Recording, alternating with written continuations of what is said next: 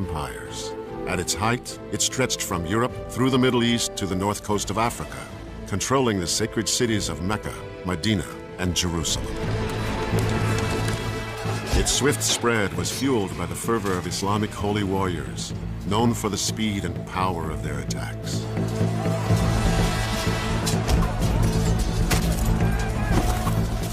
Yet it is an empire also remembered for its cultivation of art and architecture, and the development of a legal code.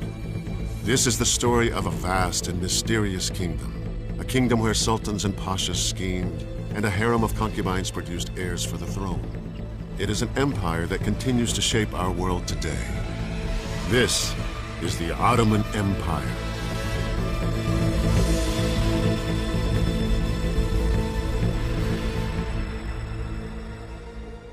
It was the dawn of the 14th century. On the Anatolian plateau in what is now modern-day Turkey, nomadic tribes of Muslim Turks enjoyed a pastoral existence, breeding livestock, cultivating crops, and following the seasons with their families and their herds. But now their native lands were under siege. Barbaric hordes of Mongol horsemen were advancing from the east. Known for their swift and ruthless raids, these Mongol warriors had created a 13th century empire that stretched from Europe's eastern edge to the Pacific. Threatening on the west were Christian armies from the once great but now weakened Byzantine Empire.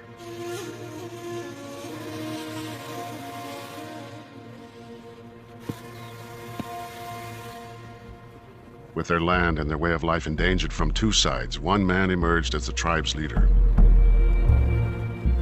His name was Osman. He was tall, with a dark complexion and hazel eyes. He was known as a brilliant rider and swordsman. Osmanlı Devleti'ni kuran Osman Gazi'nin etrafında Osman was the founder of the Ottoman Empire. He surrounded himself with strong and brave soldiers, reckless men who were superior riders that could fire their arrows on the move. They were skilled in ancient Turkish Anatolian warrior tricks, ambushes, and hit and run tactics.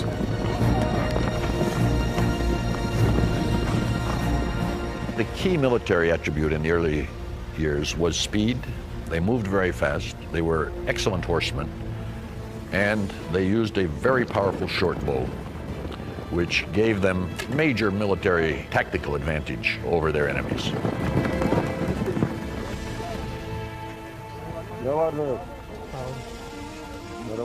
Contemporary accounts portrayed Osman as a man of the people, a down-to-earth leader.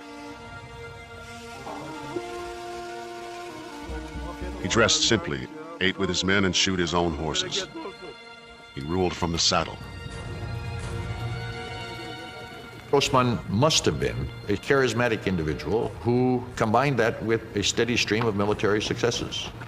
And as word spread that those who fought with Osman won, more and more people were attracted to his banner. By the early 1300s, the Mongols withdrew, fearing the growing strength of the Ottomans. Osman then turned his attention to the Byzantines. Osman's enemy to the west, the aging Byzantine Empire, was in turmoil. It was almost 1,000 years old, dating from the year 330 AD, when Constantine moved the capital of the Roman Empire from Rome to Byzantium and renamed the city Constantinople. The Byzantine Empire had once been very great, but really ever since 1204, when the Knights of the Fourth Crusade occupied Constantinople, it had never recovered from the blow. And the blow it took from that experience allowed conquerors to move in from the east to capitalize on its weakness. And the last of these was the Ottomans.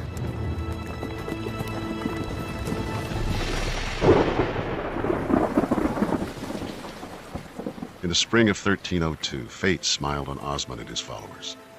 Unusually heavy spring rains in the Saqqara Valley, in what is now northwest Turkey, flooded the valley floor and changed the course of the river. The fortifications along the old riverbed, built by the Byzantines to protect their border, were suddenly out of position and useless. This small act of nature shifted the course of history. It gave Osman and his warriors an opening to attack. Byzantium was in a very bad way. There was, let us say, a vacuum in northwest Anatolia, a vacuum of power, and into it they went. Some later accounts of this period by Muslim scholars suggest Osman's raiders were driven by a desire to spread Islam. But more recent studies indicate their motivation was more practical. Attacking the infidels attracted many Turkish nomad horsemen, very often from among rival Turkish principalities who wanted to fight against the infidel, but also attacking and capturing rich Byzantine towns meant more booty and spoil that were distributed among the warriors. Yiğitlerim, bu ganimetler hepiniz için. Gel yiğidim. Gel yiğidim. Many of the early Ottomans were Christians. They joined Osman in a common endeavor, and that was an endeavor, I think, in the very earliest stages, to enrich themselves largely by the booty and slaves one got from warfare. Osman generously shared the spoils of war, and his numbers continued to grow. The Ottomans were pushing a frontier in the 14th century, and people were very caught up in the I mean, like the American West, in the opportunities and the romance of the frontier. In July of 1302, the Byzantines responded to Osman's raids and counterattacked with a mercenary army.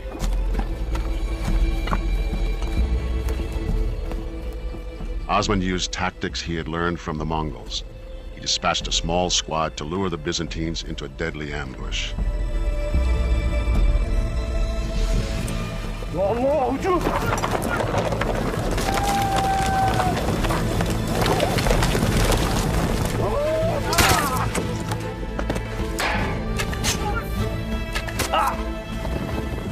It was this victory that cemented the loyalty of Osman's troops. If you were a leader, the absolutely most basic thing you had to do was to get a group of fighting men who would be loyal to you, and their loyalty to you would transcend their loyalty to their tribe. Osman's principality, a small strip of land about the size of Manhattan, was born. By 1307, his fighting force, which began with less than 400 soldiers, numbered over 4,000. His followers became known as Osmanlis. Western languages translated the word as Ottomans. Osman's power grew not just from the force of his personality, but also from the belief in his divine right to lead. Osman and his followers were Sufis, members of a mystical sect of Islam that was popular on the frontier because it didn't require praying in mosques or reading from the Quran. Some Sufis worshipped in part through dance. Practitioners were known as whirling dervishes. Although we call it a dance, it's not really a dance. It's a practice for that individual to forget himself, to get connected with the universe, to feel the God through that way. One night, Osman had a puzzling dream. According to a treasured Ottoman legend, he envisioned a tree growing out of his navel. Its branches spread throughout the world. He asked the Sufi sheikh to interpret the vision. That Sufi sheikh told him that the dream meant that he would be the founder of a huge empire with many peoples under his sovereignty, and that this empire would encompass large territories and would bring much glory to the House of Osman and to Islam. Osman married the sheikh's daughter. With the birth of their son, Orhan, the great Ottoman dynasty was born.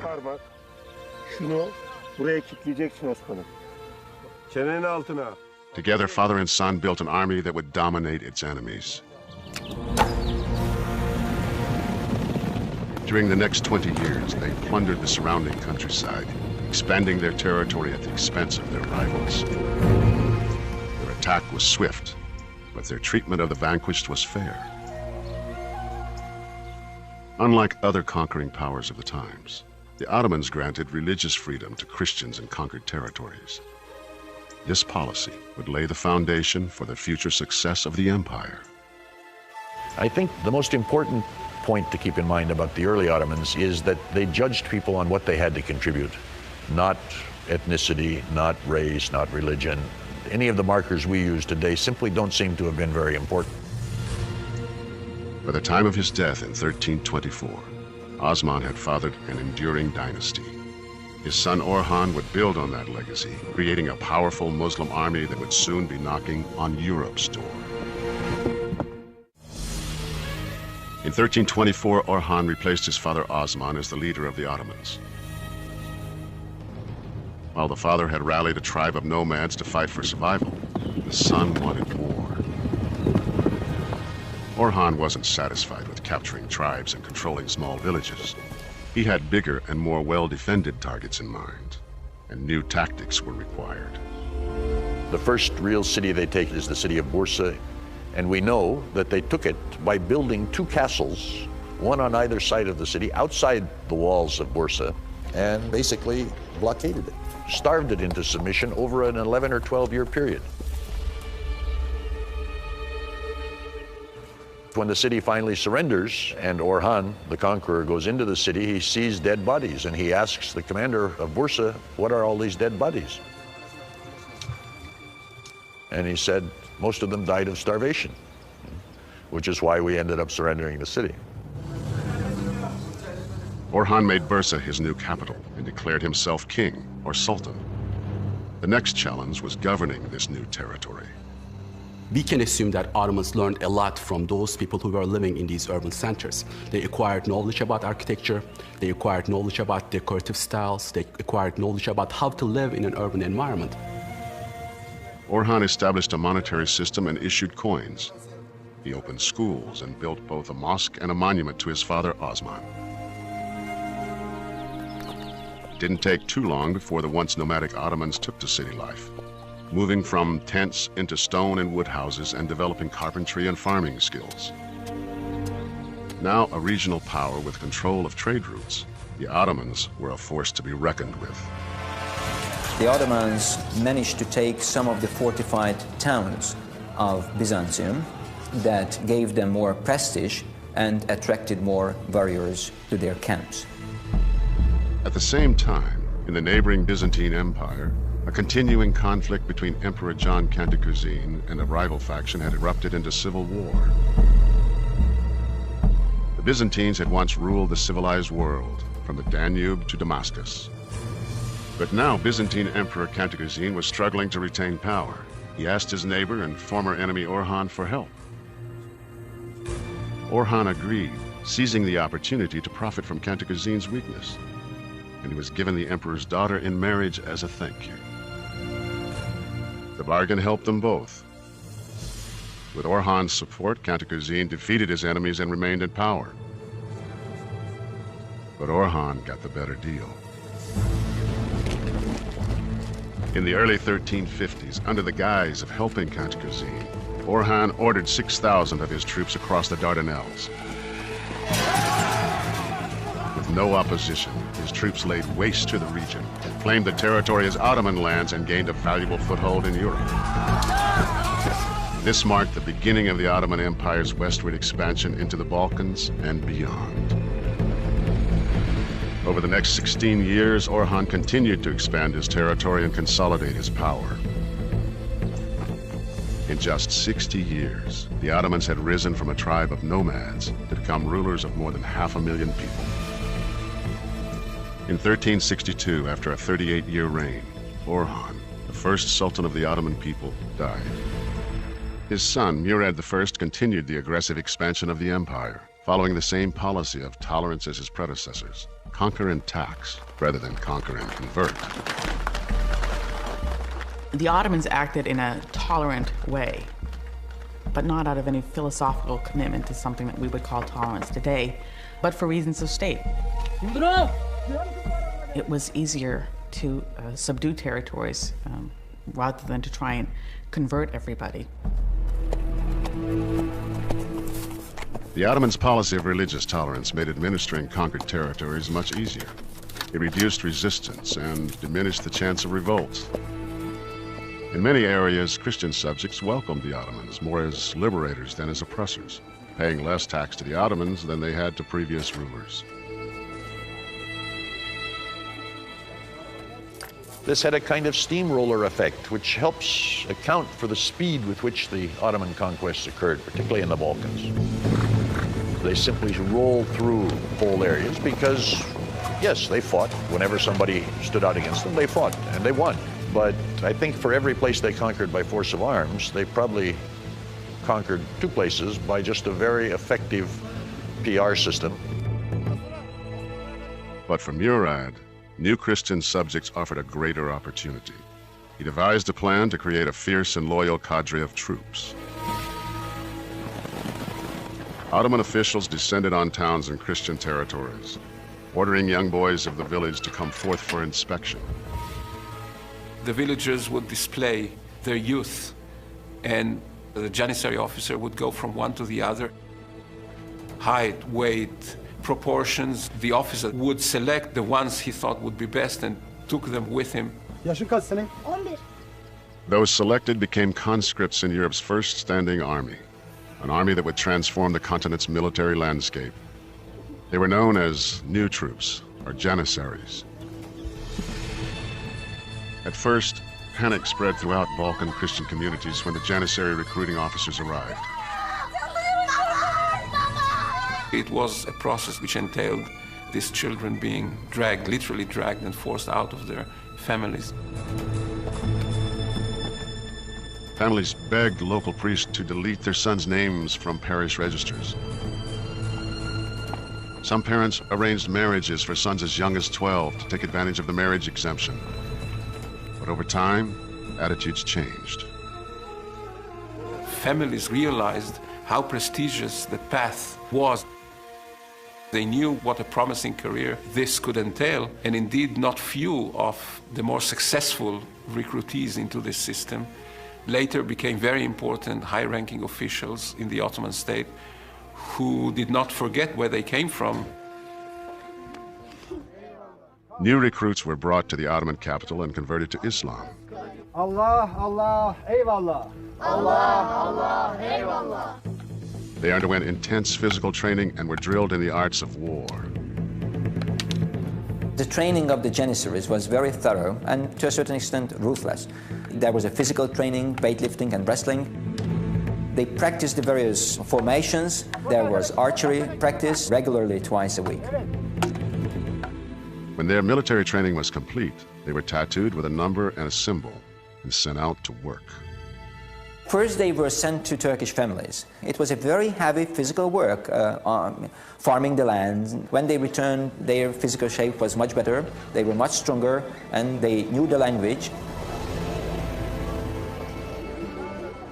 The strongest and brightest were sent to special schools to finish their education. Janissaries who entered what are called the palace schools got a very broad education. They were trained in Arabic, Persian, Turkish. They were certainly trained in the Islamic sciences. Everyone was taught a skill.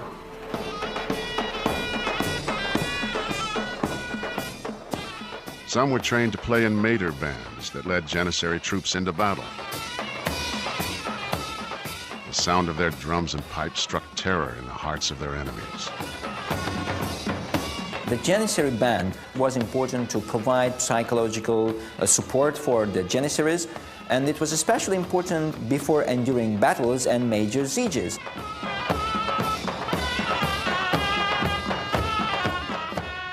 Janissaries who demonstrated extraordinary bravery were rewarded in later life with transfers from military service to civil service. A select few became part of the Sultan's inner palace circle, the counselors and viziers who quietly ran the government. Others were returned to their homelands as administrators. In effect, they became deputies of the Sultan's royal family. So if you had been taken, let's say, at the age of 12, had been considered one of the top-notch kids, had been sent to the palace school, by the time you're 20, 21, and you pass out of that, you become an officer in the corps, you can become an officer in the provincial cavalry or an officer in some of the regiments of the palace. And eventually you rise up and you could even become the Grand Vizier. The only thing you couldn't become is the Sultan because you're not a member of the dynasty. Whether as soldiers, advisors, or administrators of far-off lands, the Janissary's sole loyalty was to the Sultan. Murad's revolutionary concept gave him firm control over all his inherited and conquered lands, and turned the Ottoman state into a true empire, reaching deep into Europe. In 1389, Murad was 70 years old and still leading his troops into battle when he was mortally wounded in Kosovo. According to legend, as Murad lay dying, he named Bayezid, his younger rather than older son, to succeed him. Brooking no rival, Bayezid immediately ordered the murder of his older brother Yaqub. Murad's radical departure from eldest succession would set a deadly tradition and define the Ottoman dynasty for centuries. This whole question of being an Ottoman prince, you were going to have to kill all of your brothers, or they were going to have to kill you. It's hard to imagine. As you grow up, living what for us is the unthinkable. Over the next decade, the Ottoman Empire descended into chaos and civil war until a new sultan emerged as one of history's great conquerors.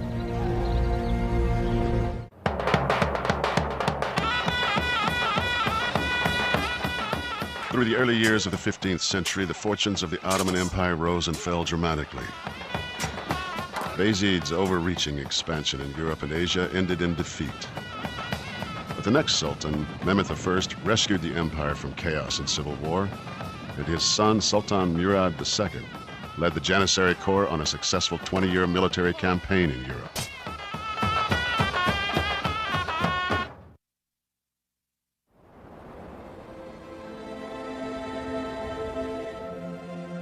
By the year 1444, after 23 years in power, Sultan Murad II was exhausted. Murad II was tired of the burdens of ruling and warring and negotiating, and really wanted to retire and become a solitary scholar. Murad II then took an extraordinary and unprecedented step. He abdicated and handed over the monarchy to his 12-year-old son, Mehmed II. But the son's reign was brief, and Murad II's retirement was short, just 2 years. The rise of a coalition of his old enemies, including Hungary and Venice, sent Murad II back into battle. This time, he remained sultan until his death in 1451. When his son Mehmed II assumed the throne for the second time at the age of 19, he felt he was ready. But the Janissaries, still loyal to his father, were skeptical and rebellious.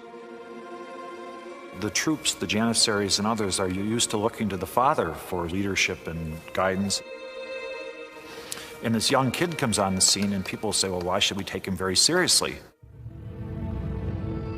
As the empire again edged close to chaos, young Mehmed's enemies circled, watching and waiting.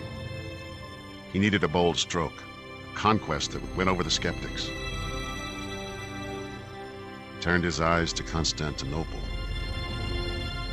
Constantinople was a mythic place for the Ottomans. Constantinople represented imperial power, global success.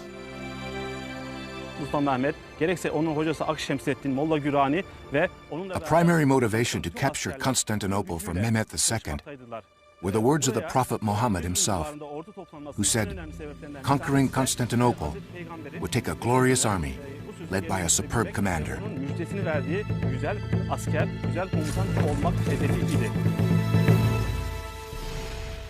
Mehmed had the confidence of a brash 19-year-old. He banished the Janissaries who challenged his rule and demanded a pledge of loyalty from those who remained. The conquest of Constantinople was actually a message to rivals in the Ottoman power structure that he was challenging their authority. Mehmed immersed himself in military manuals, studying the tactics and weapons of the world's most successful armies.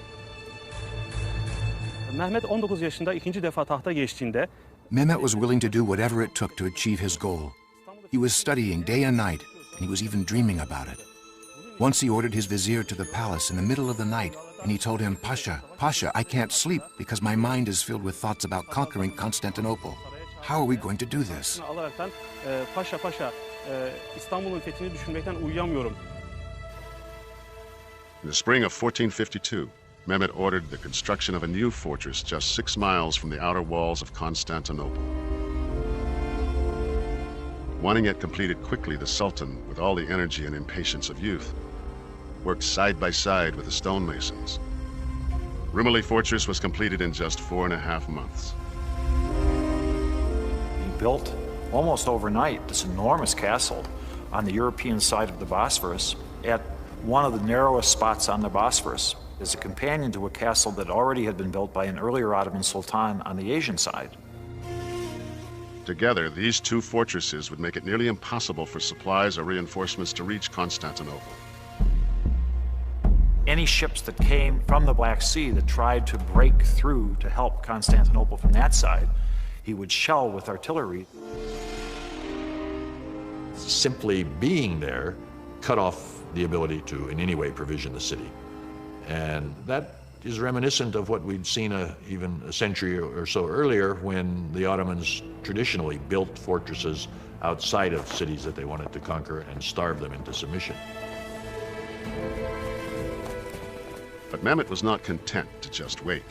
He marched 6,000 fresh troops into his new fortress. His intentions were clear. Byzantine Emperor Constantine XI was terrified. He immediately began to fortify the city. Imperial Constantinople in 1453 was an enormous walled structure with a few villages inside, very scattered centers of population, that basically the city had become depopulated. While still the crown jewel of the dwindling Byzantine Empire, Constantinople was no longer the majestic, thriving capital it had once been.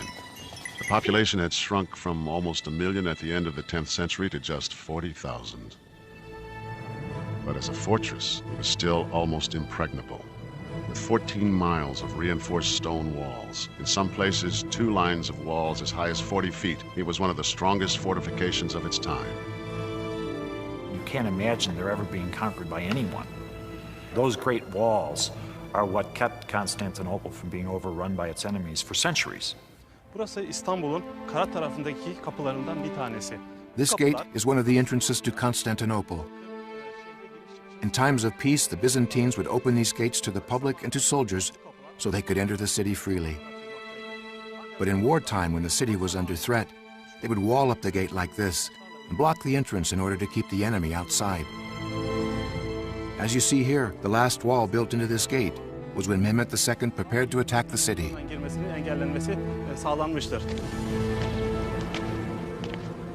For months, Mehmet's spies probed the city for weaknesses.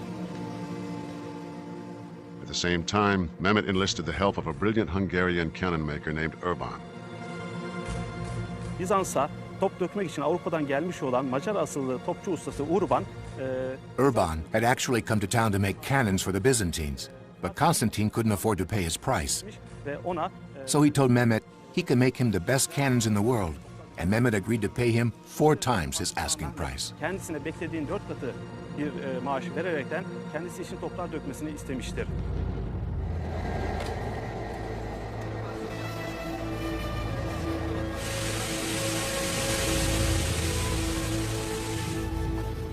Urban built a battery of advanced artillery pieces, including the world's largest cannon. With a barrel measuring 26 feet long, the giant weapon could fire a 1,000-pound cannonball over a mile. The explosion could be heard 10 miles away. On the eve of the battle, Constantine sent a message to Mehmet. As it is clear you desire war more than peace, so let it be according to your desire. I will defend my people to the last drop of blood. The supreme God calls us both before his judgment seat. Mehmet responded, "The holy war is our basic duty as it was in the case of our fathers. Constantinople, situated in the middle of our domains, protects our enemies and incites them against us. Conquest of this city is therefore essential to the future and safety of the Ottoman state." On April 6th, 1453, the siege of Constantinople began. April 1453, just 2 years after becoming Sultan and just 9 months after completing the Rumeli fortress, Mehmet II was ready to attack Constantinople. Outside the fortress city, 100,000 soldiers, including a corps of elite janissaries, massed beneath the towering city walls. The troops donned chainmail armor and readied their weapons. Inside, Christian defenders braced for an attack. Bizans'ın savunması için The Byzantine army had about 9,000 soldiers. Of course, this number was nothing compared to Mehmet II's army of 100,000 soldiers. bu büyük surlar, iki katlı ve büyük bir hendeği olan bu surlar But the Byzantines had tremendous confidence. They believed their giant moat and 2 lines of walls were invincible in defense of Constantinople. arasında Fatih'in 2 avantajı vardı. Mehmet's troops moved their siege towers and catapults into position and anxiously waited for the order to attack.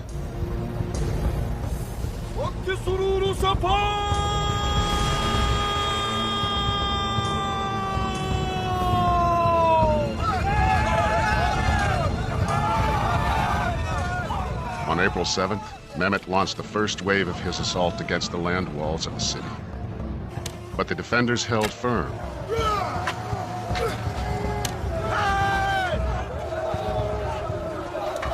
Birinci surdan sonra esas sura, bu büyük sura doğru ilerleyerekten The Ottoman soldiers who managed to get past the moat and the first line of walls ran up ladders that they leaned on the second line of walls. But the soldiers on these ladders came up against hot burning oil called Greek fire. This Greek fire would incinerate anything, including people. Also, Mehmet had built mobile siege towers as tall as the walls themselves. But these towers were made of wood and leather, and the Greek fire would burn them all. A huge number of foot soldiers who were not the elite janissaries were used by Mehmet II as cannon fodder. And they were doing the initial damage by softening the city. As ground forces continued their attack, 150 ships of the Ottoman Navy approached the city and readied their guns. Constantinople is on a peninsula, and Mehmet's spies had learned that the seaward walls facing the Golden Horn were not as thick as the land walls. But when Mehmet's navy tried to attack, the Byzantines were ready. Before the Ottomans arrived, though, the Byzantines stretched a chain along the Golden Horn in order to deny access to the Ottoman navy. It was important because by denying access, they could concentrate the forces along the land walls.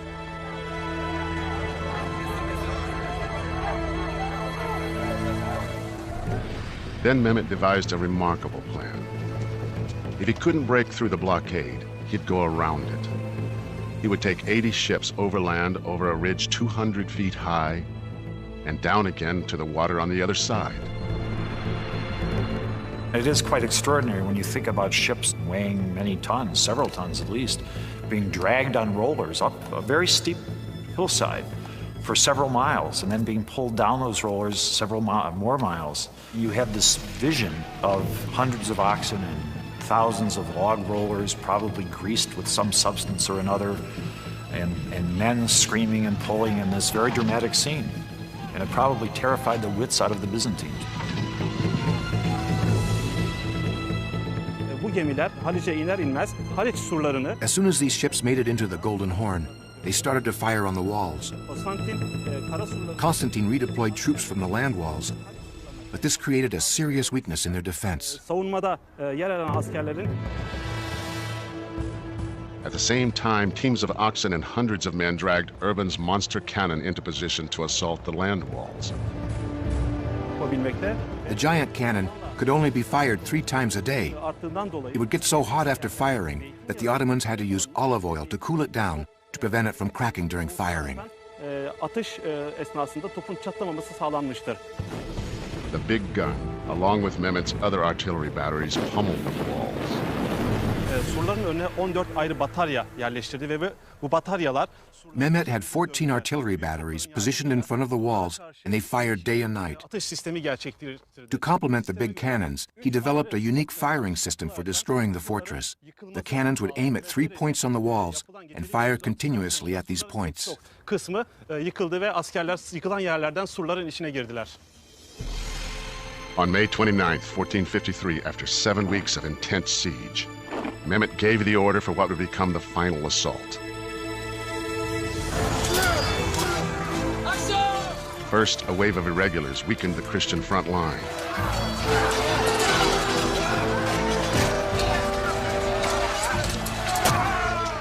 Next, a second wave of regimental troops intensified the battery.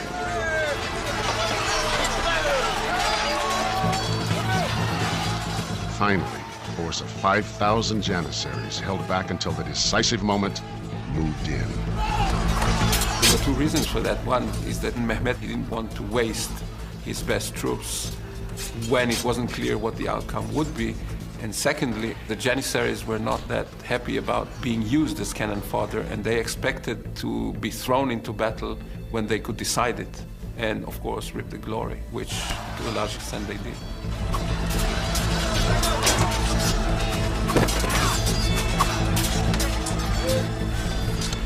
The wall was breached. As the Janissaries rampaged through the streets of Constantinople, the surviving Byzantine troops panicked and fled.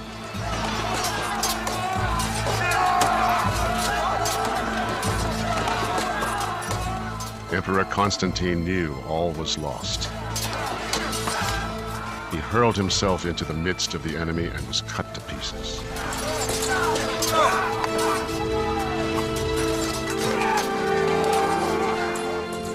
For 1,000 years, the city had been a symbol of Christian dominance. Now, the city of Constantinople was in Ottoman and Muslim hands. This had been the dream of Islamic conquerors all the way back to late in the lifetime of the Prophet Muhammad, when the first Arab attacks were launched against the city.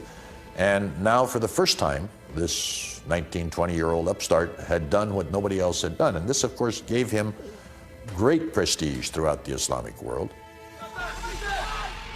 In victory, Mehmet had one last concern. He was obligated by Ottoman tradition to grant 3 days of pillage to the conquering army. The soldiers could legally take any movable property and could rightfully enslave any of the city's population. But Mehmet had no interest in having his new capital sacked. On the second day, he entered the city at the head of a procession and put an end to the pillaging. Sultan Mehmet rode triumphantly to the magnificent church of St. Sophia and ordered it turned into a mosque. The Christian cross was torn down and replaced with a crescent, the symbol of the Ottoman Turks. The Ottomans had captured the Second Rome. With the capture of Constantinople, the Ottoman Sultan became a Caesar, an emperor, the successors of Rome. The fall of Constantinople shocked Western civilization. There were ceremonies of mourning in St. Peter's in Rome. Pope Pius II urged Mehmet to convert to Christianity.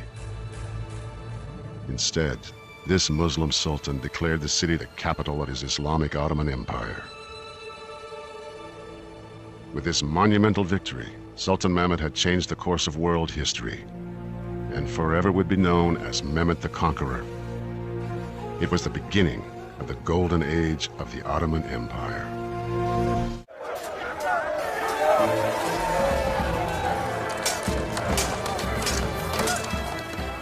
The conquest of Constantinople was a towering achievement for both the Ottoman Empire and its young Muslim sultan, Mehmet the Conqueror. Once he conquered the city on the 29th of May, 1453, something that had been the dream of Islamic rulers for 700 years, he got unbelievable prestige. Mehmet's new capital took on a new name, Istanbul. He quickly set out to rebuild. He refortified the battered city walls, rebuilt the city skyline, and commissioned his own great mosque. What he wanted to do was to make Ottoman Constantinople, Istanbul, into the rich and powerful city that it had once been, to protect the past, incorporate it into the present, and use it as a foundation for his own authority and power. With a location that bridged continents and cultures, the city had prospered for centuries through trade. The new sultan ordered construction of the legendary Grand Bazaar, still the largest covered street bazaar in the world, where textiles, crafts, jewelry, and spices were traded in an intricate maze of covered streets. The Ottomans stood across the major trade routes that connected Asia, China with Europe. And Europe dearly loved Asian goods. including the spices of the East Indies. But the only way they could get those was if the goods passed through the Ottoman world. Mehmet gathered whatever and whomever he needed. To revitalize the city's merchant class, he recruited tradesmen and craftsmen from across the empire. Everyone would take part in the city's rebirth. He invites people to come and says, if you'll come and settle in my city, I'll give you free houses, I'll give you tax breaks, I'll make it economically very attractive. There are islands in the Aegean that are emptied, that he simply packs them all up and says, well, you're going to move to my new capital now. Christians were invited back with the promise of protection. Jews in neighboring Salonika were encouraged to come to Istanbul. His idea was not simply to physically rebuild a city, it was to ensure that the city had a population with the urban skills, and that meant economic and business and trade skills, that would make it the capital that he wanted to have. New craftsmen brought new skills. Silk from the early Ottoman capital Bursa, along with wool, goat hair, and cotton, were woven together into intricate carpets that became the Ottomans' most famous export. In 1465, the 33-year-old Sultan Mehmet II began work on the crown jewel of his new city, the extraordinary Topkapi Palace. Topkapi Palace should be thought of as a gigantic household consisting of concentric circles of power, the outermost circle being the least powerful.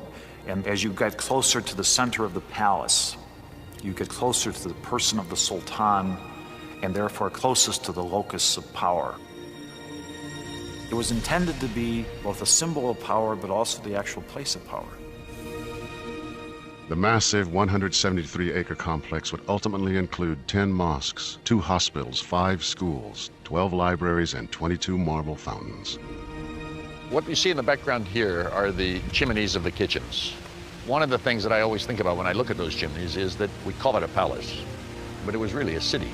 We have the registers of the food purchased and the cost and the amounts. At least 5,000 people a day were fed here.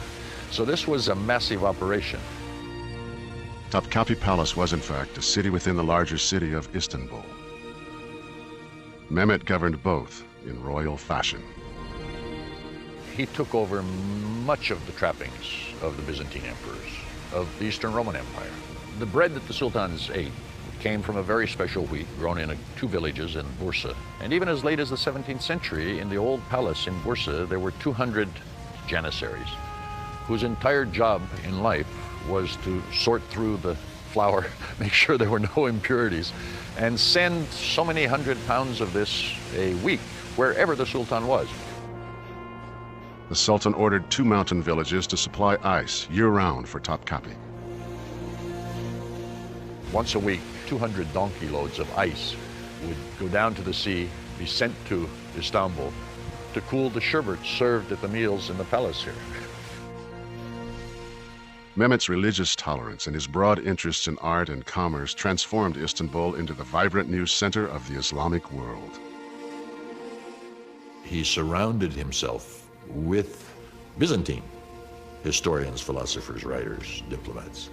He was interested in many of the things that his contemporaries in Europe were interested in. He was, I guess, as close as I can think of to a sort of Ottoman Renaissance man as one can imagine. But his civic interest didn't alter Mehmet's military goals or aggressiveness. Rebuilding Istanbul required money, and new conquests generated new revenues. For 25 years, he waged war against the Christian territories, pushing the outer boundaries of the empire into Romania, Albania, and Bosnia, and dominated his enemies. His primary goal was to conquer Christian lands, then subdue them and tax them. He pushed very hard. He's in some ways a kind of Napoleon-like figure. I mean, he very definitely is a dynamic and decisive military man who also has a lot of ideas that spill over in other respects. After an extraordinary 30-year reign, Mehmet the Conqueror died of natural causes on May 3rd, 1481. He was 49. Mehmet had reinvented the empire, but he had also left it somewhat exhausted. After years of constant military campaigns, the Janissaries were tired and growing mutinous. Islamic religious leaders were also angry. They resented the Sultan's attempts to assert his authority in what were traditionally religious matters. He was also a person with too much voltage. By the end of his reign, there was a real demand for a relaxation from his over-aggressive policies and a move back towards stricter Islamic norms. This struggle for control within the Islamic faith would plague Mehmet's successors. The Ottomans were heading for violent and enduring clashes within the Islamic world. After Mehmet the Conqueror's death in 1481, the Ottoman Empire enjoyed a period of relative tranquility under his son Bayezid II. But Bayezid's peaceful nature and cautious approach proved to be his undoing. His sons argued for a more aggressive and forceful policy. In 1512, his son Selim won the support of the Janissaries and forced his father to abdicate. Selim's reign began brutally, even by the standards of Ottoman succession. Some historians believe Selim poisoned his father. He then ordered his 2 brothers and 5 nephews killed. Selim had come to power and maintained power by sheer force and force of personality, and was quite unhesitant to utilize violence. He was also a man who ruled by fear. All Ottoman rulers had nicknames, and they sometimes are quite telling. Selim is Yavuz, which means grim or mean. He probably got that nickname because he is the Ottoman ruler who turns against the older Islamic states. Islamic law prohibits Muslims fighting Muslims, but Sultan Selim claimed other Middle Eastern rulers were heretics and went on the attack. By 1517, Selim's army had swept through Iran, Syria, Lebanon, and Egypt, capturing the holy cities of Jerusalem, Mecca, and Medina. These conquests earned him the title of Caliph, meaning head of Islam. Up until that time, the people they ruled were overwhelmingly Christian. It's now that for the first time, a majority of their population were Muslim. And of course, the conquest or the incorporation of the holy cities of Mecca, Medina, and Jerusalem for the Ottomans was a prestige factor. This allowed them to see themselves and be viewed by others as the leading Islamic dynasty. But Selim didn't live to enjoy his prestigious position. In 1520, just 8 years after becoming Sultan, he died suddenly of an infection.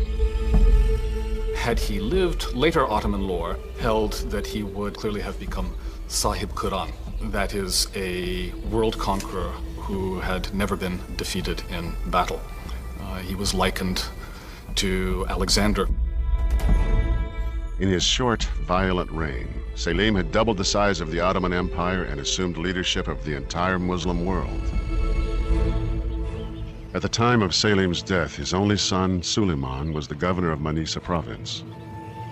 With no brothers to battle, it was a rare instance of peaceful succession. Suleiman would go on to become the empire's greatest sultan, earning the name Suleiman the Magnificent. 16th century Europe was dominated by young and dynamic leaders. England's Henry VIII, Francis I of France, the Habsburgs' Charles V, and Russia's Ivan the Terrible. Suleiman saw himself as a major player in this world and set out to prove it. Taking the throne at age 26, he immediately launched his first military campaign.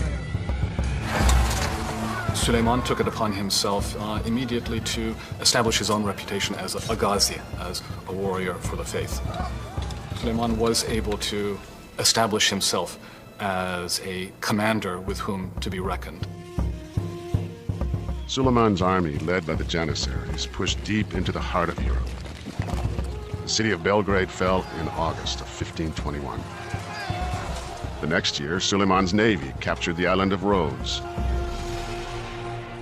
Suleiman kept on the attack. In 1526, his army first entered and sacked Hungarian capital of Buda.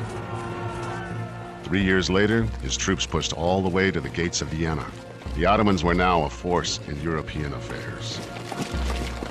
To expand the empire further, Suleiman knew he needed a stronger navy. The Ottomans are engaged in a fundamental battle with Spain for control of the Mediterranean. So there is a major superpower battle going on throughout the 16th century for mastery of the Mediterranean.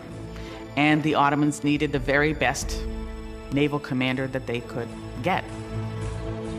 Suleiman offered one of the Mediterranean's most feared pirates, then called corsairs, the role of admiral of his fleet. His name was Hayreddin Barbarossa. This is very, very typical of the Ottoman ability to take people on the ground who had some native talent and then turn them to their own uses. And throughout Ottoman history, if you were enough of an outlaw, if you made enough trouble for the Ottomans, eventually they'd decide to appoint you to a government post, because better to have you on their side than to be making trouble for you. Barbarossa, with the backing of Suleiman, built a fleet of 200 ships. Within several years, this new navy helped create one of the largest empires in history, stretching across 3 continents from Russia through Eastern Europe, the Middle East, and into North Africa. Along with his military prowess, Suleiman was also a shrewd politician. When the Reformation split the Christian church in Europe into Catholic and Protestant, Suleiman took the side of the Protestants. The Ottomans favored Protestantism to the extent that they did, precisely because their traditional enemies were Catholic countries. So it was based on politics rather than some sort of assessment of dogma. Suleiman's backing and financial support proved crucial. Some historians even claimed that the Protestant movement might have failed without Suleiman's support. Suleiman, of course, was very much concerned about his public image, and he wanted to be known as one of the, perhaps the greatest leaders of his own age. One way to do this was to conquer, capture all these territories, defeat your enemies. Another way of doing this is to make Istanbul, the capital of this mighty Turkish Ottoman Empire, beautiful. In Istanbul, Suleiman launched a cultural and architectural revival to match that of the European Renaissance. Topkapi Palace was refashioned into the grand style of a European king.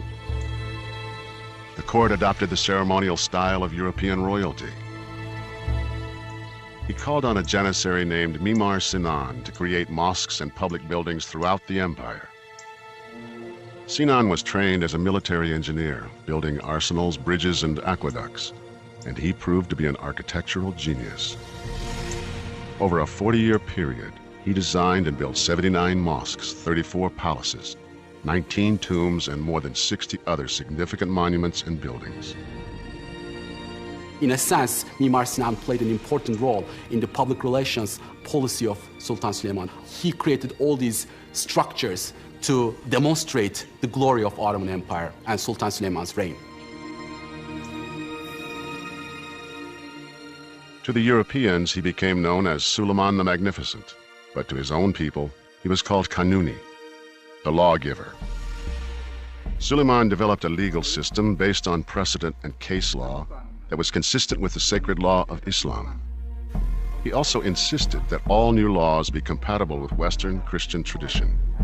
Suleiman is known as the lawgiver because he presided over an unprecedented codification of law.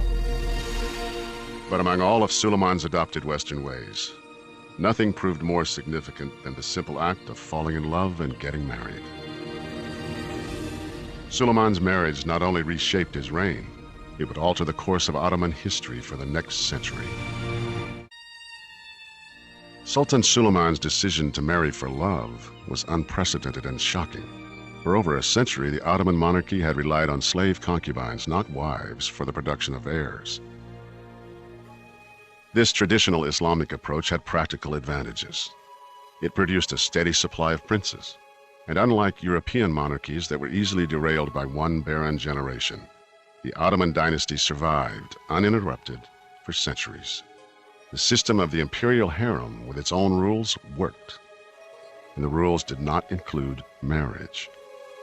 For a dynasty, it actually has an advantage because one of the features of Islamic law about slavery is it says that a slave has no lineage. It's almost as if the Ottoman dynasty achieved a form of asexual production. Nowadays, in the Western world, we kind of think the harem as a pleasure den of the ruler. It was, in fact, an institution in which reproduction of the Ottoman dynasty was planned and enforced. The harem women were Christian slaves, either taken as prisoners of war or brought to the palace by government officials seeking favors. The Ottoman sultans and their concubines followed this very particular policy by which each concubine could only have one son. And the minute she's produced a son, she no longer sleeps with the sultan. No two princes should be disadvantaged by having to share a mother. In other words, every prince deserves his own mother. The word harem means forbidden, and the sultan's harem was housed in a beautiful but very restricted complex within Topkapi Palace. Chosen for their beauty, the women of the harem were converted to Islam and schooled in the Quran. Their role was to tend to the sultan and provide sex. They would be very attractive. Many of them were taught singing, perhaps playing a musical instrument. Accommodations within the harem were lush, especially the rooms where the sultan was entertained. Loud fountains in the windows prevented eavesdropping on private moments. At its height, over 1,000 women lived in the harem, but few actually slept with the sultan. If a girl were successful, she might rise to a very powerful position. She might be the concubine of the sultan and the mother of the next sultan. It was like every little girl dressing up to be a princess, except she would have to be a slave princess.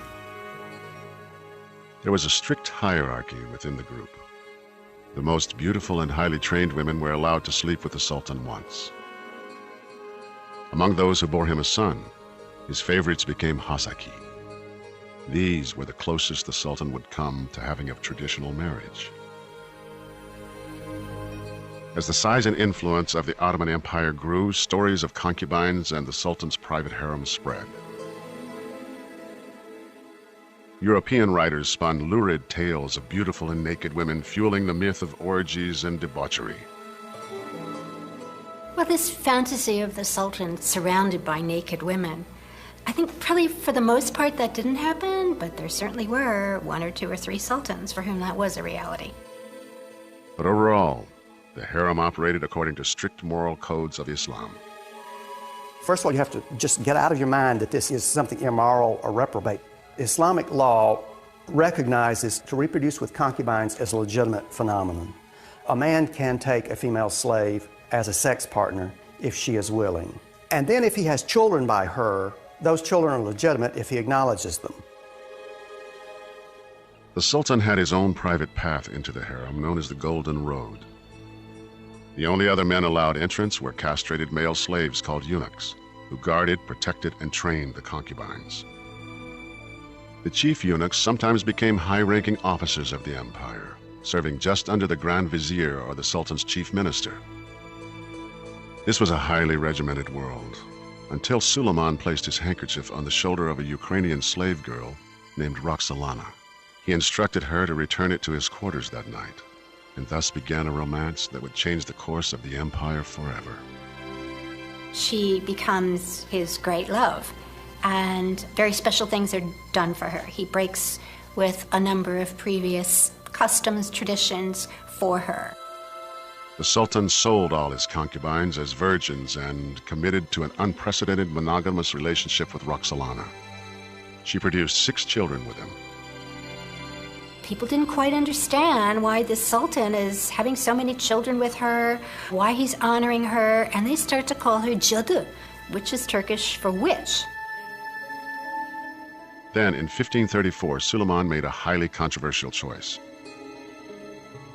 He and Roxolana were officially married.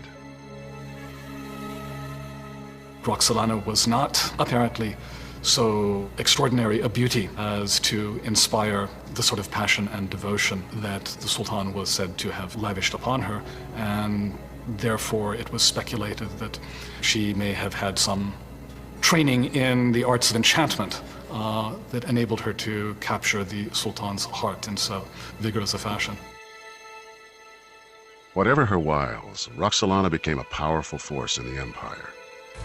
Roxolana was smart, and she was very, very knowledgeable about political intrigue. We know for a fact that she got involved in the palace politics, and some scholars even believe that she played a role in the killing of Süleyman's own son, Mustafa, and to make place for her own sons. Süleyman accepts rumors that Mustafa is plotting to overthrow him, and he has Mustafa executed. This is a devastating thing to have to do. Roxolana gets blamed for this. She's one of the people who's saying to Süleyman, you know, Mustafa's trying to get rid of you. After Mustafa's execution, Roxolana's own son, Bayezid, died under mysterious circumstances, leaving Roxolana's favorite son, Selim, as the only surviving heir. I mean, we are talking about Ottoman palace politics. You have to be smart, you have to be calculating, you have to be vicious in order to survive. Roxolana can be seen as a manipulative lady, but you have to be a manipulative lady in order to survive in that environment. Süleyman's loyalty to his wife never wavered. When Roxolana died, she was buried in a tomb designed for a queen. 8 years later, in 1566, the Ottoman Empire's greatest leader died in his sleep while on campaign in Hungary. He was 72. Sultan Süleyman really sought to create a world empire. It was certainly a single reign marked by the greatest territorial expansion. It was marked by an extraordinary degree of institutional innovation and organization. Süleyman's reign is a zenith. Süleyman's 46-year reign saw dramatic advances in law and in art and architecture. He left behind an empire far more European than the one he inherited. But the infighting and intrigue that had plagued European monarchies would soon visit the palace of Süleyman's successors. The 46-year reign of Süleyman the Magnificent marked the peak of the Ottoman Empire.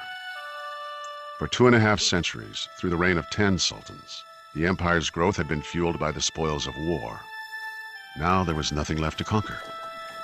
It simply wasn't possible to keep on conquering. There had to be a change. They were up against borders in Europe, and they were up against borders with Iran. They were going to waste their budget on unnecessary wars. Constant campaigning had honed the Ottoman war machine into an invincible force. Now idle, it declined rapidly, failing to modernize either its tactics or technology. By the end of the 16th century, the Ottomans actually are surpassed by their foreign enemies, and they lose that military edge. Sultans no longer led their armies in battle. The Sultan is no longer the warrior king on horseback leading his troops on the frontiers, as they were in the reign of Süleyman. The Sultan basically stays in Istanbul and is the figurehead in a system that really is being run and controlled by others. In that system, the military and civil institutions that were so effective in building the empire proved incapable of maintaining it. By the late 16th century, the Ottoman Empire, unable to meet the challenge of change, entered a centuries-long period of slow decline. One by one, its institutions failed. Among the first, the Ottoman tradition of dynastic succession. Fratricide may have been brutal, but it had served the Ottomans well, providing an unbroken string of 10 powerful sultans. One of the things that contested succession did, crude and barbaric as it seems to us, is it tended to eliminate weak candidates to rulership.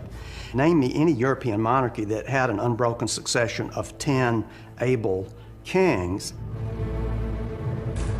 In 1595, the most violent dynastic killings in the history of the empire put an end to fratricide. Mehmet III came to power after murdering 19 young princes. The wails and cries of the people of the city were doubled and tripled on this funeral. They simply could not bear to see this procession of coffins coming out of the palace. Some of them are this big. So it must have been terrible. And I think that was one of the pressures that persuaded the dynasty to stop doing fratricide. The sultans who followed Süleyman were, with rare exception, weak and inexperienced. Many were minors under the influence of the Valid Sultan or Queen Mother, and the palace fell victim to intrigue and infighting. The empire that had thrived for centuries with strong sultans and dominant armies now had neither. By the late 18th century, the Ottoman army, the war machine that had outmanned, outgunned, and outmaneuvered all its enemies, was in ruins. It was defeated by Russia's Catherine the Great in the Crimea in 1774, and was unable to stop Napoleon's invasion of Egypt in 1798. The mighty Janissaries, once the tip of the sword of the Ottoman army and the training ground for the viziers and advisors who managed the empire, had degenerated into a corrupt and lawless band of rebels. They were no longer effective on the battlefield, and they were out of control. Yeniçeriliğe uygun olmayan kişilerin askere alınması. Janissaries were revolting against sultans, demanding more and more money each day, refusing to fight on campaigns, disobeying orders, and ignoring regulations. Time to time, some sultans tried to straighten out the organization, but they all failed. In 1826, Sultan Mahmud II, one of the few competent sultans to rule after Suleiman, decided to act. He trained 10,000 new troops loyal to him and attacked the Janissaries. The plan was very carefully laid. One night, they fired on the barracks where the Janissaries were, and the loss of life must have been huge. There were Janissaries out in the provinces too, and they were hunted down and eliminated. The Janissary era was over. In a bloody show of force, Sultan Mahmud wiped out what was left of one of history's most celebrated fighting forces.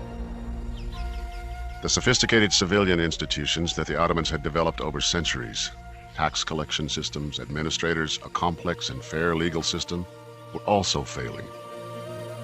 The empire's growth had been fueled by conquest and the taxes that new territories generated. Without growth and new revenues, corruption set in. Provincial officials began selling judgeships. Merit promotion gave way to bribery and nepotism. The infrastructure collapsed. The Ottomans also failed to develop a modern economy to replace their shrinking tax base. And they faced new competition. Over time, European powers developed new sea trade routes that cut the Ottomans out of the lucrative Asian silk and spice trades. The once glorious Ottoman Empire was becoming known as the sick man of Europe. Mahmud II's successor, Sultan Abdul Mejid, looked to the West for help in bolstering the fortunes and the image of the empire. He was influenced by the British aristocratic class and mimicked European styles in his dress and in his surroundings.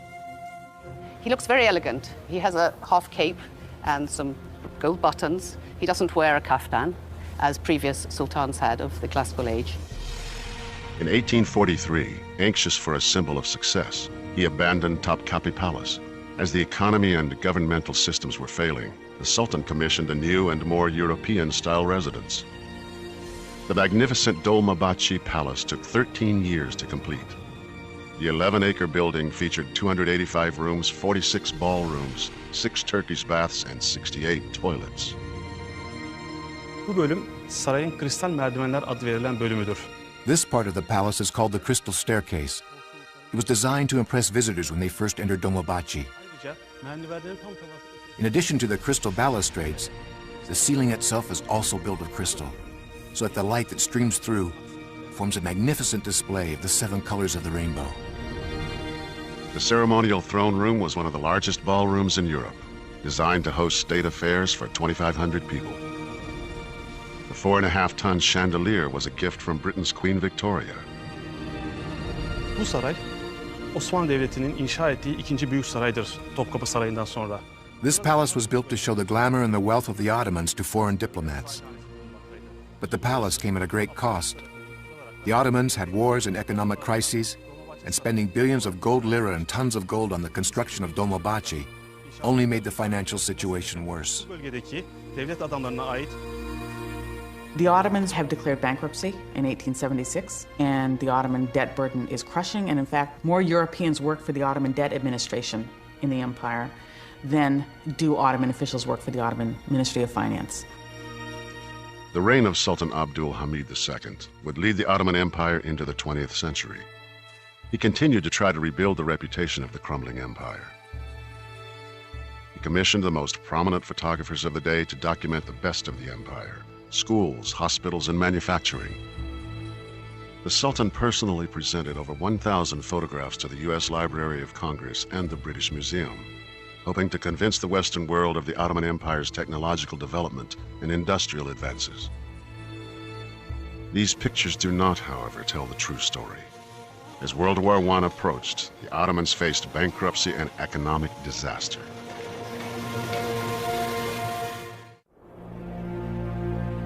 As the 20th century began, the Ottoman Empire was falling apart, stumbling from economic to political crisis. It was quite difficult and problematic for Ottomans because we see the emergence of nationalism and nationalistic ideologies during this period, especially in the Balkans first. Many of these peoples wanted to develop their own separate nationalistic identities. And some were successful in gaining independence from the Ottoman Empire. But this was not the case for the Christian Armenian minority, who had lived in the region for 3,000 years. By early in the First World War, 1915, at a time when the Ottoman Empire was shrinking and besieged from all sides, the ultra-nationalist group in power, known as the Young Turks, was trying to restore the glory of their declining empire by uniting all Turkish-speaking peoples in the empire and beyond. The Armenians came under siege when in the spring of 1915, the Young Turks ordered a forced deportation of 1.75 million ethnic Armenians out of Anatolia to Syria and Mesopotamia. The story of why and what happened is nearly a century later controversial, emotional, and hotly debated. To the Turks, the deportations were ordered because some Armenians were allying themselves with Russia, Turkey's enemy to the east. To the Armenians, this was a pretext. The deportations were ordered out of a desire to rid Turkey of Armenians forever. During the evacuation, a forced march of hundreds of miles, hundreds of thousands of men, women, and children died of starvation and massacre. Newspaper reports of the time tell of horrific scenes of rape and murder. Henry Morgenthau, the American ambassador to Turkey, later wrote, "I am confident that the whole history of the human race contains no such horrible episode as this." Estimates of total Armenian deaths in the period of the evacuations range from 300,000 to 1.5 million.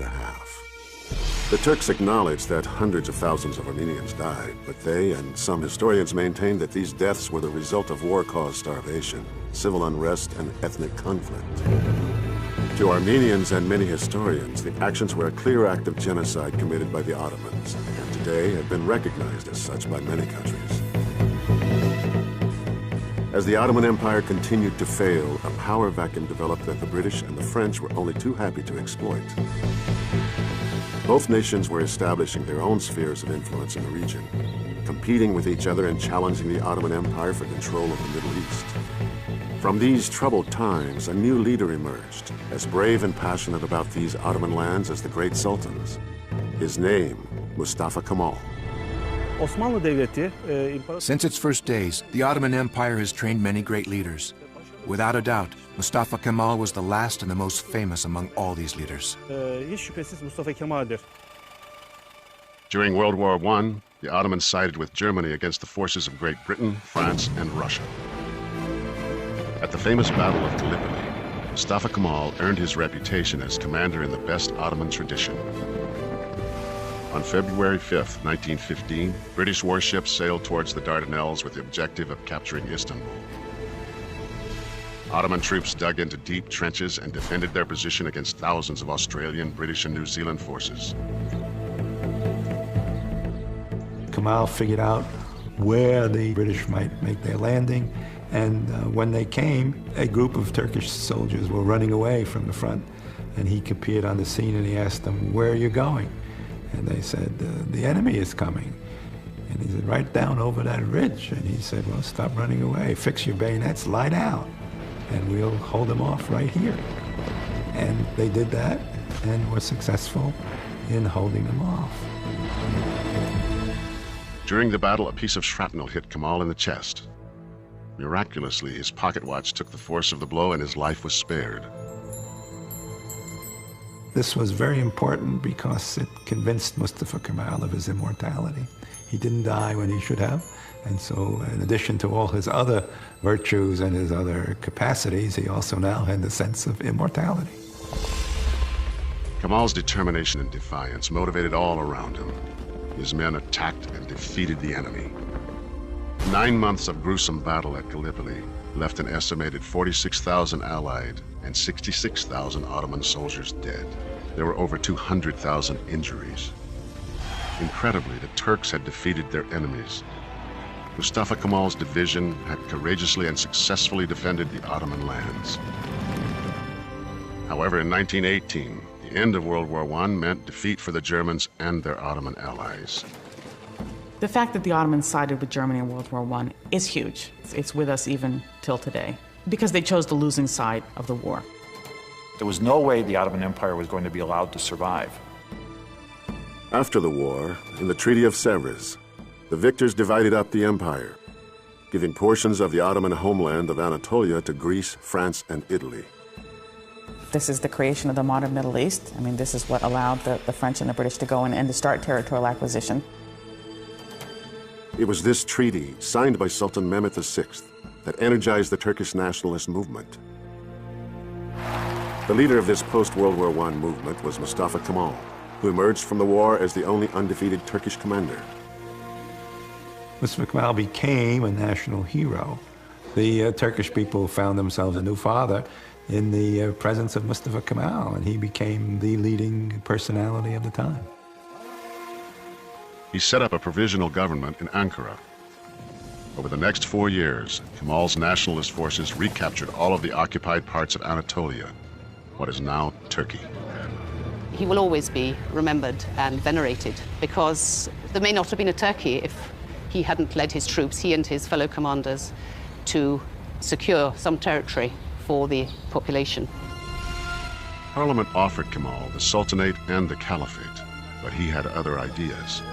Long a critic of the corrupt rule of the sultans, Kemal shocked Parliament by abolishing both sacred titles. He threatened his colleagues that if the proposition was not carried, some heads would be cut off. Fights broke out. Some politicians fired guns on each other, but Kemal won. Mustafa Kemal abolished the Ottoman Sultanate and exiled the last of the Ottoman sultans, and that officially was the end of the dynasty. After more than 600 years, the Sultanate of the Ottoman Empire was over. The last Sultan, Sultan Mehmet VI, left Turkey aboard a British warship. The end of the Ottoman Sultanate was a major event in Middle Eastern history. It is an event that the area is still wrestling with. There are hundreds of thousands of people still living in those areas that were born in the Ottoman Empire. On October 19, 1923, the Republic of Turkey became an independent country, with Mustafa Kemal as its first president. The task ahead was daunting. Turkey was on its knees, facing illiteracy, frightening poverty, inadequate health services, and a severe lack of skilled labor. Kemal separated church from state. Religious garb was banned. Ottoman clothing, and in particular the fez, was forbidden throughout Turkey.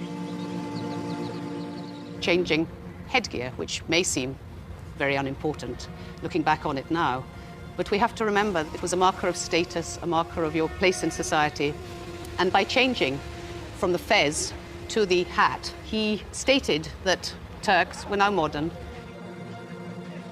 He granted equal rights to women, including the right to vote, years ahead of many Western democracies.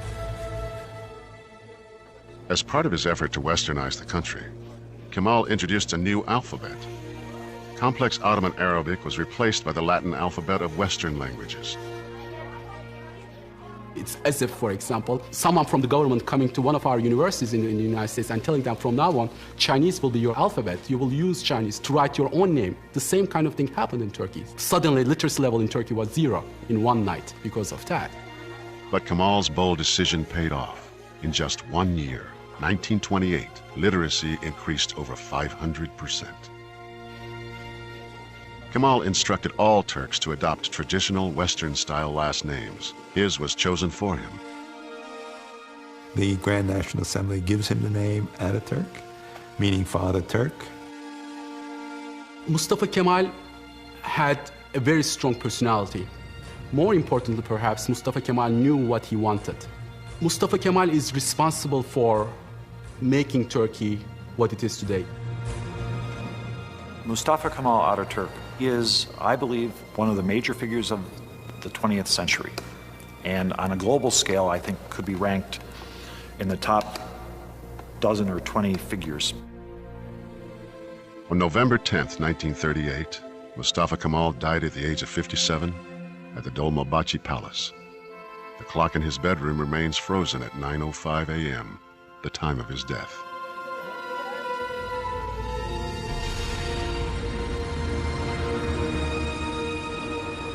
And to this day, at the same hour on the day of his death, people all over the country stop for a moment to remember Mustafa Kemal Ataturk.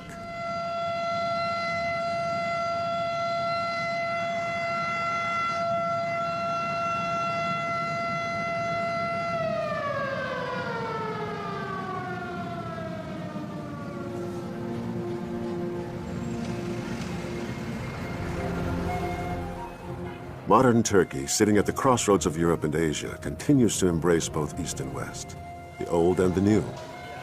Its exotic blend of cultures, past and present, is most visible in Istanbul. Even today, with all of the skyscrapers that have appeared in other sections of Istanbul, the old section of the city is still dominated by these wonderful Ottoman imperial mosques and by the Topkapı Palace complex as well. The influence of the Ottoman Empire is felt not just in Turkey, but in the Middle East, the Balkans, North Africa, and the Arabian Peninsula. Osmanlı Devleti tarihin gördüğü en büyük 3. imparatorluktur. The Ottoman Empire maintained power for nearly 600 years in 3 continents. During these 600 years, they constructed unique architectural monuments, created millions of artistic works, and raised numerous scientists and high-quality statesmen. In the end, the Ottoman Empire remains an empire of contradictions.